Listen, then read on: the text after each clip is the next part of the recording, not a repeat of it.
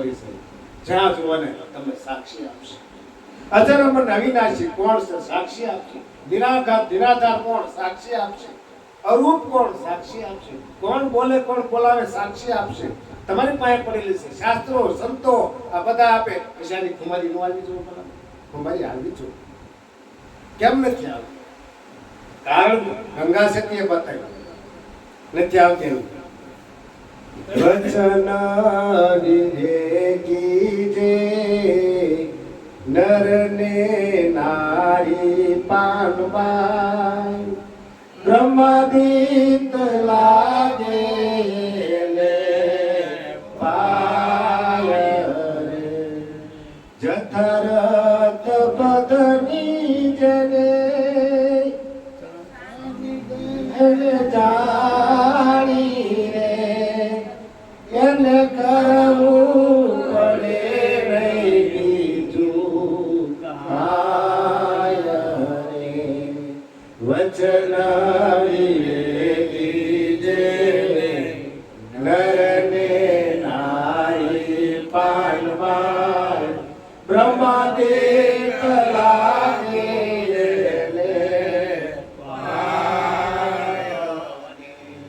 વચનો માં સમજે ને માસુ કયું પજે ને એ તો ગતરે ગંગાજી કે વાય રે એકલાંત થઈને અલખ ને આરાધે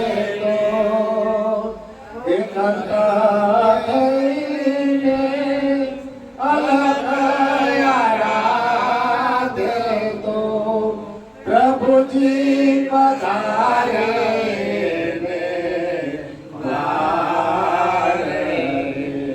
વચન નરને નારી પાનમાં બ્રહ્માદિત લાગે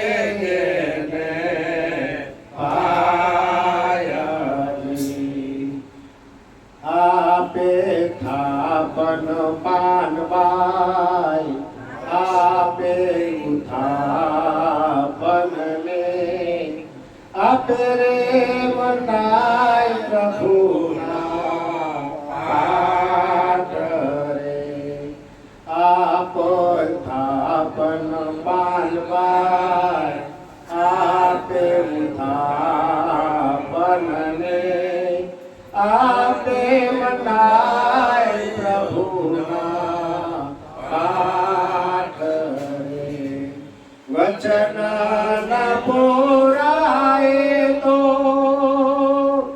નહીં રે અધૂરા રે વચન ના પુરાય તો નહીં રે અધૂરા ને વચન નો લાવો જોને હાથ રે વચન વિવેકી જે નરને નારી માનવાય બ્રહ્માદિત લાગે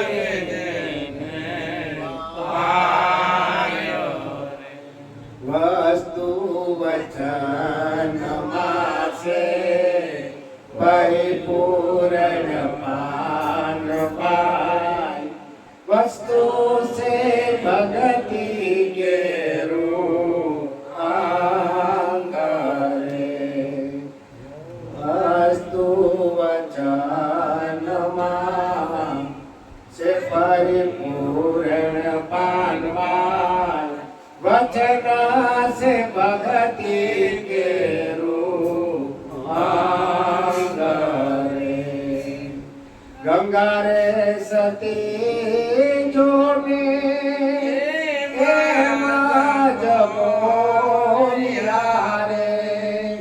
गंगा रे सती जो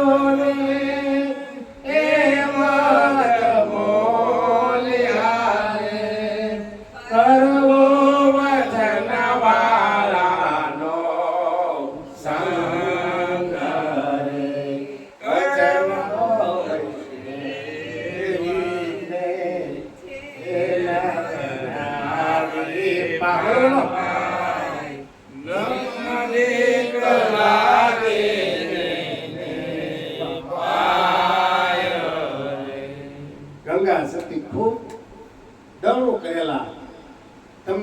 એક એક શબ્દ આપે છે ચલ ઘણું કરેલું છે વસન વિવેકી જે નર ને નાર પામતા તો આપણે વિવેક કોનો કરવો વિવેક કોનો કરવો આપણા આંગણે કોઈ મહેમાન આવે તો ભૌતિક આપણે એનો વિવેક કરીએ આવો આવો બેસો બેસો પાણી આપીએ ખબર અંતર પૂછીએ આ એનો ભૌતિક વિવેક પણ ગંગા સતી ભૌતિક વિવેકની વાત કરતા એ આધ્યાત્મિકની વાત કરે છે કોનો વિવેક કરવો તો કે વસનનો વિવેક કરવો વસનનો વિવેક તો કઈ રીતે કરવો કે નિત્ય હું છે અને અનિત્ય શું છે આ વિવેક નિત્ય હું છે ને અનિત્ય હું છે અનિત્ય એટલે આવા જવા અનિત્ય એટલે ખોટું જગત અનિત્ય છે જગત ઉત્પન્ન થાય છે ને પ્રલય થાય છે એમ દેહ આપણો ઉત્પન્ન થાય છે ને પ્રલય થાય છે અનિત્ય છે ખોટું છે નિત્ય જે આવતું નથી જાતું નથી જન્મતું નથી મરતું નથી ઉત્પત્તિ સ્થિતિ ને લય નથી આ ત્રણ વસ્તુ એમાં એ નિત્ય છે અને હું કહેવાય વસનનો વિવેક કર્યો કહેવાય વસનનો વિવેક ગંગા સતી આપણને પાનભાઈ ને આ વાત સમજાવે આ વિવેક કરો વસન વિવેકી છે નર ને નાર પાનભાઈ હે પાનભાઈ જે નર ને નારી આ વસનનો વિવેક કરે એટલે આખું બ્રહ્માંડ પગે લાગે આખું બ્રહ્માંડ બોલો વસનનો વિવેક થઈ જાય જગત મિથ્યા ને બ્રહ્મ સત્ય બની જાય તો કાંઈ સરી જાય બાકી થાય નહીં જથારત પત્ની જેની શાન જાણી જથારત પત્ની જેને શાન જાણી પાનભાઈ એને કરવું પડે ને બીજું કાંઈ નથી કરવાનું એવું નથી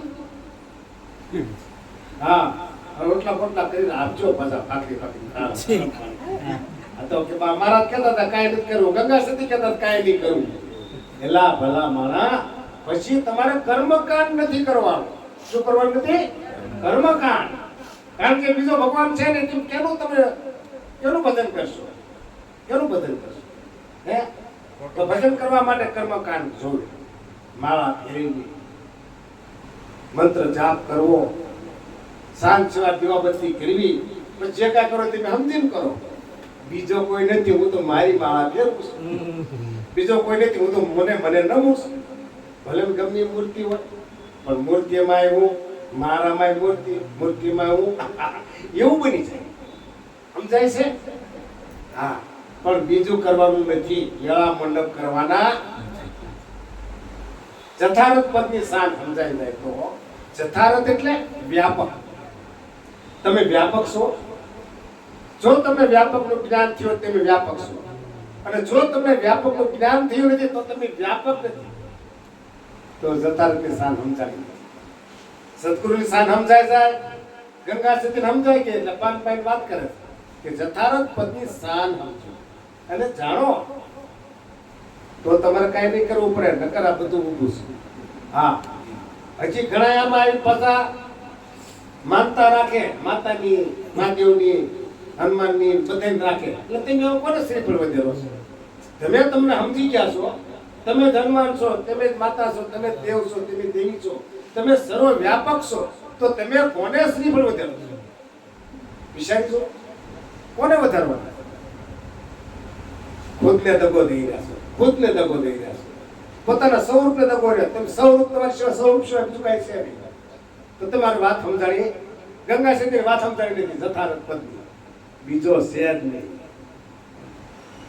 તો કોની તમારે સરસા કરવાની કોને તમારે નમન કરવાનું છે સર્વશક્તિ તમે છો તમારે સિવાય બીજું કઈ છે નહીં ધોવાઈને કઈ કરવાનું છે આવી રીતે નથી કરવાનું બાકી બધા સંસારના કાર્ય કરવાના છે સમજાય છે હા એ તો ગત્રે ગંગાજી કહેવાય એ ગત્રે ગંગાજી કહેવાય એને જ્ઞાન પછી ગયું છે એની ગત થાય બીજાની ગત થતી એકાંતે બેસીને અલખને આરાધો એકાંત એટલે એકને સમજી એકાંત એટલે ઓડીમ જઈને બે નહીં જવાનું પણ અમને એકાંત કીધું છે મહારાજે જંગલમાં નહીં જવાનું ક્યાંય ભગવાનની પેરની એકાંત એટલે એક તમે એક જ છો એકમાં અનેક છે, અનેકમાં એક છે. એકાંતે બેસી અલખને આરાધો, અલખ એક છે. જો એનો જવાબ આપ્યો છે, એકાંતે બેસી અલખને આરાધો તો પ્રભુજી પધારે તમારા દ્વારે, દિલ રૂપી દ્વારે. હો, હા પધારે. નકળંક તમારા દ્વારે પધારશે, નકળંક. હે, પણ એકાંતે બેસી અલખને આરાધો તો નકળંક પધારે તમારા દ્વારે.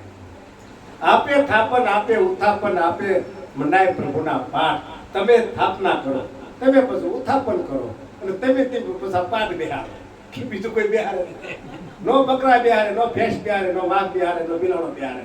બેહારે માણસો ને કે બીજું કોઈ? આ બધું આપણું જ શીખવેલું છે ભલામણ. તમે થાપન, તમે ઉત્થાપન, તમે બનાવો પ્રભુના પાઠ. વસનના પૂરા એ નહીં અધૂરા. જે વસનના પૂરા છે, જેને સદગુરુ મહારાજનું વચન પરિપૂર્ણ જાણી લીધું છે અને પૂર્ણ છે, એ અધૂરો નથી. એ મહાજ્ઞાન અધૂરો અને અપૂટપુ હોય. મારું હજી કઈ આમાં ઘણા વર્ષતા થઈ કે સમજાતું, આમાં રસ આવતો, આમાં મોજ આવતી નથી. મને મોજ આવે દાખલા દ્રષ્ટાંતમાં. તમારે જુઓ ખડખડાટ આ મુખાર બિંદુ પર હાસ્ય આવી જાય, હાસ્ય. હે, આ તો પરમને સાધવાની વાત છે, પરમાત્માને સાધવાની વાત છે, પરમાત્મામાં મળી જવાની વાત છે. એ ઘરની વાતો કરી છે, બહુ લોકોને ઓછાને ગમે છે. અને જેને ગમે છે ને એ બની ગયા નરસિંહ, મીરા, ધનો, પીપો, રોહિદાસ, કિમસાહેબ, રામસાહેબ. આ બધા બની ગયા ભલામણ. રૂપાદેવ, માલદેવ, જેસલ, પીર. હે ભાઈ, પણ આ વાત જેને ઋષિ ગઈ એને હો ભાઈ, બધાય નહીં.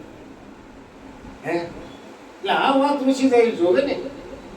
એટલે આપે થાપન, આપે ઉત્થાપન, આપે મંડાય પ્રભુના પાઠ. વસનના પૂરા નહીં અધૂરા. લાવો વસનનો ઠાઠ. ઓહો, જો ખરા આ ગામડાની બાઈ અને આ વભણ ભલામણા વેદોની પરની વાતો કરી, વેદોની પરની વાત આપણી સમક્ષ મૂકી દીધી. એટલે લાવો વસનનો ઠાઠ. વસન સિવાય કાંઈ હોત મને બતાવી દો આખા જગતને, અખિલ બ્રહ્માંડમાં. જાઓ બતાવી દો. નખથી શીખાવતી તપાસ કરો. વસન વગરનું વસ્તુ કાંઈ છે નહીં. ત્રણ લોકમાં ન દિશે વસન વગરનું. બોલો, ત્રણ લોકમાં વસન સિવાય બીજું કાંઈ નથી. બીજું કાંઈ દેખાય?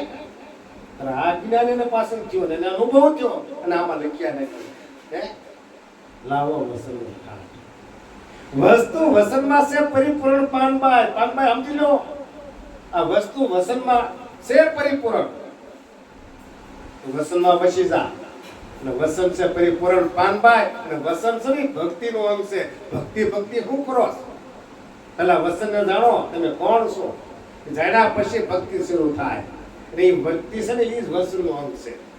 અને એ જ ભક્તિ કરી શકે. અને એ જ મહાન અંગ છે વસન. યાદ, વસન સિવાય બધું ખોટું. વસન સિવાય બધું ખોટું. ગમે એટલું કરો, કરતા ભરતાના ભોગ બનશો પણ પરમને નહીં પામો. કરતા ભરતાના ભોગ બનશો પણ પરમને નહીં પામો. વસન જાણી લેજો. એ વસનનું જે ભક્તિનું અંગ છે એ ભક્તિના અંગે અનેક સંતો સીધાવ્યા છે, અનેક સંતો સીધાવ્યા. ભાઈ, એ સંતો ને આપણે જોઈ રહ્યા છીએ, જાણી રહ્યા છીએ, સમજી રહ્યા છીએ. એની વાણીના અનુભવ જો કેવા છે, એક એક શબ્દનો આનંદ આવ્યો છે. ત્યારે છેલ્લે કહે છે, ગંગા સતી એમ કરી બોલ્યા પાનભાઈ.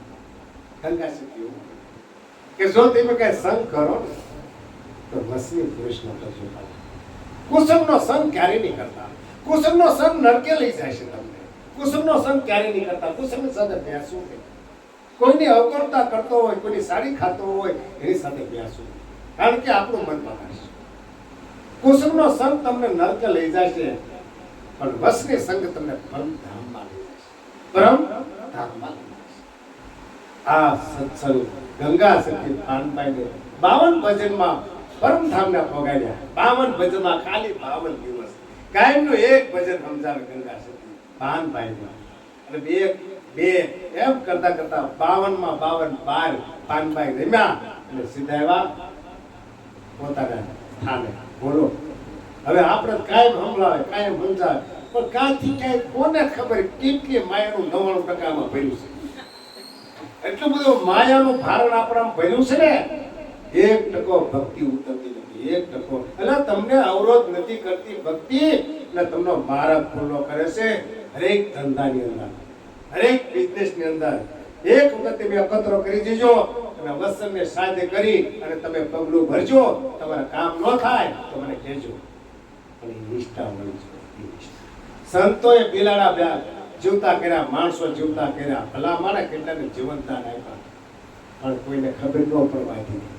ખબર પડે જગતને બધું જોવે જ છે, સુખ શાંતિ સમૃદ્ધિ. એને ભગવાન જોતા નથી, ભગવાન નથી જોતા. આ તો વીજળીને સમકારે મોતીને કોરીલે પાનપાય, અસાનક અંધારા થાય છે. અસાનક અંધારા, વીજળીનો સમકારો એટલું જીવન છે આપણું. ક્યારે જન્મ ક્યારે મૃત્યુ તો ખબર રહેવાની. મોતીડા કોરીલો એટલે જે સદગુરુનો શબ્દ છે સમજી લો ભાઈ. અસાનક અંધારા થાય છે, ખબર નહીં રે ક્યારે અંધારું થઈ જાય છે. 21,600 કાળ ખાશે, 21,600 કાળ. એ તો મેં ઘણી વખત ગણતરી તમને કરાવીશ. હે હા, આ શ્વાસ આપણા છે ને, મારા ઘડી આપણે શ્વાસ લઈને મળ્યું, ઘડીએ ઘડીએ ભલે ભલે મરી છે. હા, મારા શ્વાસ એક ભાઈ ગણ્યા, મને કે 58,96,00,000 અને 48,000 તમારો શ્વાસ ભાઈ વપરાય ગયા. હે હા, હવે મારે જાજા થોડા ઘણા પૈકી જેવું લાગે, એટલા બધા મને ભગવાને આપ્યા પ્રાણ. અને 124 કલાક આપણે હોસ્પિટલમાં રહી તો ભાઈ 2,000 ના શ્વાસ થાય પ્રાણવાયુના. 2,000 નું બિલ હવારમાં આવે મારું, બાટલો લઈ મૂકે. ભગવાનને આપણી માટે પહેલ કરી છે, દયા કરી છે, હે મફતમાં પ્રાણવાયુ વાપરીશ, તો એના બદલામાં આપણે એનું બિલ ભરવું પડે કે ન ભરવું પડે? ડોક્ટરને કેમ ભરવું પડે? ખાટલો ખાલી કરો, ખાટલો ખાલી કરો એમ કે ડોક્ટર કરે ને. કા તમે પ્રાણવાયુના 2,000 બિલ ચૂકવો, ખાટલો ખાલી કરો. આ મારો પરમાત્મા દયાળુ છે, કેદુરો પ્રાણવાયુ આપ્યા કરે છે, તો બિલ ભરતા આપણે નથી. એનું બિલ કેવી રીતે ભરાય? ભક્તિ કરીને ભરાય.